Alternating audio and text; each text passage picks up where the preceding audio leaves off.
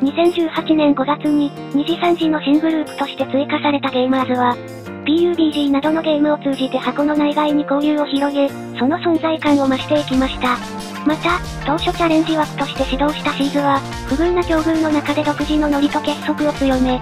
シーズ24という大型企画を見事成功させた頃には、完全にグループとして成立していました。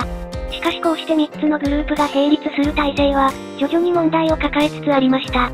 第3回目の今回は、こうした状況が解決へと向かう2018年後半の出来事を見ていきます。それでは早速始めましょう。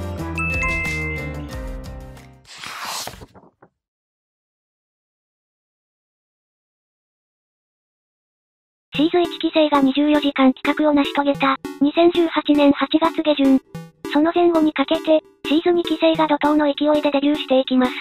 前回の動画でも触れた通り、シーズ24開催前の8月9日に第1弾メンバーがデビューすると、今度はシーズ24直後の8月31日に第2弾メンバーがデビューし、さらに1ヶ月ほど間を空けて、9月25日に第3弾メンバーがデビューします。ざっと一緒くたに紹介してしまいましたが、正直当時の感覚としてもこれに近いところがあり、注目度という意味では、シーズ1規制よりさらに厳しい状況からの活動開始となりました。しかし例に漏れずシーズ2規制もまた個性派揃いで、当初はソロ配信を中心に独自の活動をするライバーが多かったですが、ロル講座から始まったデビリオンのような、おなじみの関係性も早くから生まれていきます。ちなみにちょうどこの頃に空前のブームとなっていたのが、ペヤング焼きそば激辛マックスエンドです。蒸気を逸した辛さが話題を呼び、本来食レポと相性が悪いはずの VTuber の間でも大流行しました。特に2次3次では、共通の題材について色々なライバーの反応が見たいという需要は高く、こうしたブームは新たにライバーや関係性にスポットを当てるきっかけにもなっていきます。もちろんこの時期の注目トピックはマックスエンドだけではありません。9月1日に月の水戸が行った怪談募集企画、100個怖い話言うまで帰れない放送、通称100物語は、2次3次外からも多くの VTuber が参加し、翌年以降も夏の終わりの恒例企画になっていきます。9月29日には、制限時間内に集めた視聴者数を競う、第1回ライブ王決定戦ニューズ機構が参戦し、当時まだ絡みのなかったゲーマーズまで巻き込んだ総力戦で、見事ライブ王の座に輝きます。また、9月から2次3次アプリのライブ 2D 技術を改良した、バージョン 2.0 の導入が開始されます。これにより可動域が大幅に広がり、個人差の大きかった表情認識も改善されました。しかし、ゲーマーズでは 2.0 を待たずして多彩な表情を見せる、適合者が存在感を増してきていました。それが本間ひまわりです。7月にデビューすると、早くからその天真爛漫な性格は多くのリスナーの心をつかみ、豊富なゲーム経験に基づく腕前も確かなもので、ゲーマーズきっての人気者になっていきます。また、常に口の開いた表情や独特の言葉遣いから、すっかりおバカキャラが定着してしまい、9月1日に行われたゲーマーズ学力テストでは、圧倒的な下馬評通り最下位に輝きました。こうして2次3次、ゲーマーズ、シーズと、いずれのグループも盛り上がってきたものの、グループをまたいだ交流に関してはまだまだ限定的とも言える状況でした。そんな中、10月7日に公式特番、2次3次ミックスアップが始まります。この番組は、まさにグループの域を超えたコラボレーションがコンセプトの不定期特番で、新鮮な組み合わせのライバー同士の交流を見ることができる、貴重な機会となりました。ミックスアップは公式番組とはいうものの、良くも悪くも運営主導のコラボ配信的な緩い作りでしたが、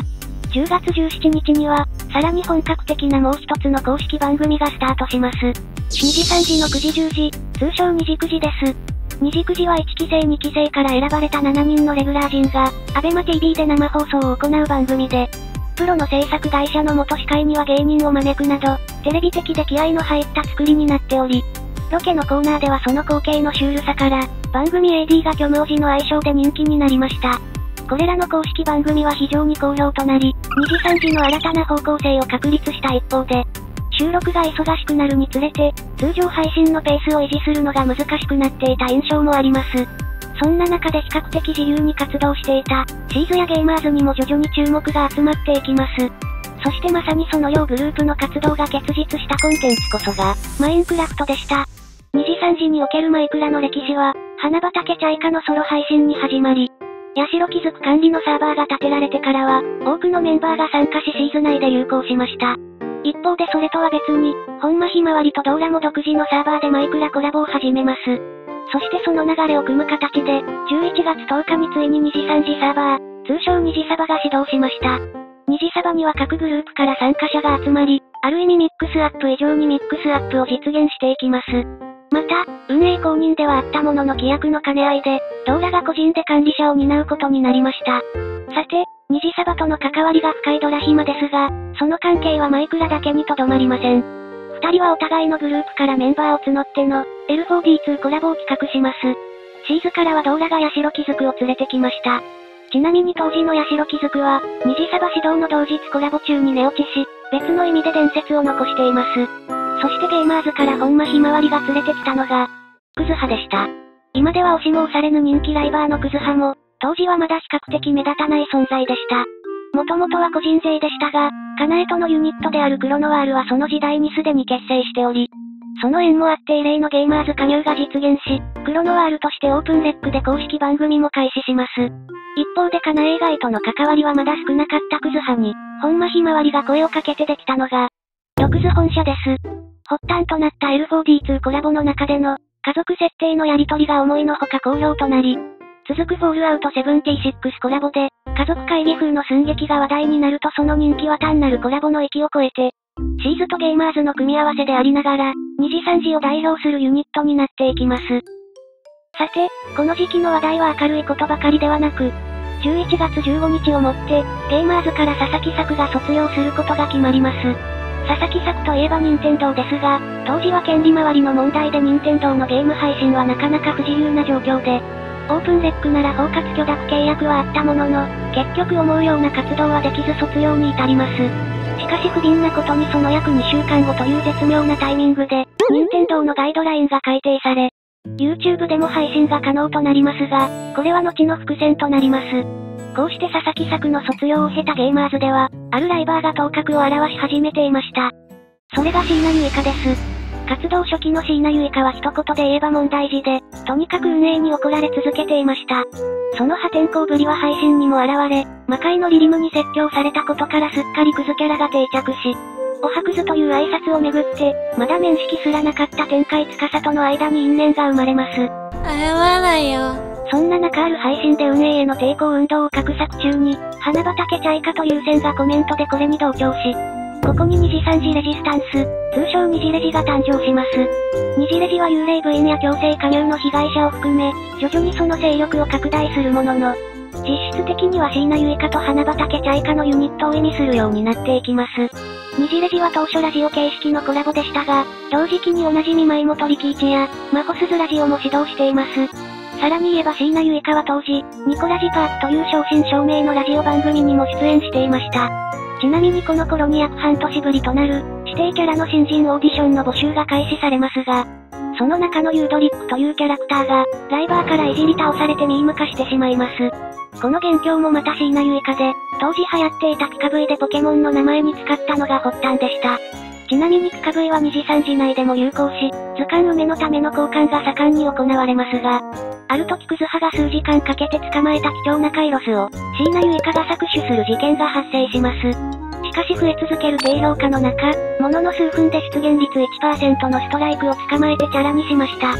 そして天海司主催の大会では、クズハから拝借したカイロスのハサミギロチンで3立てする伝説を残し、気づけば二次三次の台風の目のような存在になっていました。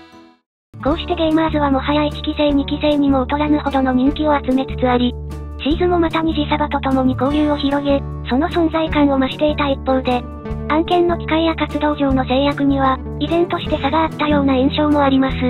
そんな中12月13日に二次三次の統合が発表され、グループという枠組みが撤廃されました。もちろん統合前のグループに愛着のあるリスナーも多く、賛否両論ではありましたが、多様なライバーによる幅広い活動と、集まった時のお祭り感は大きな強みになっていきます。そしてまさにそんな統合後の二次三次を象徴するような企画が開催されます。それがマリカ二次三次杯です。この当時の VTuber 業界においてマリカ大会といえば、夏の絆愛杯が記憶に新しかったですが、そこで虚空落ちという苦い経験をした剣持東也は、新たな企画を構想します。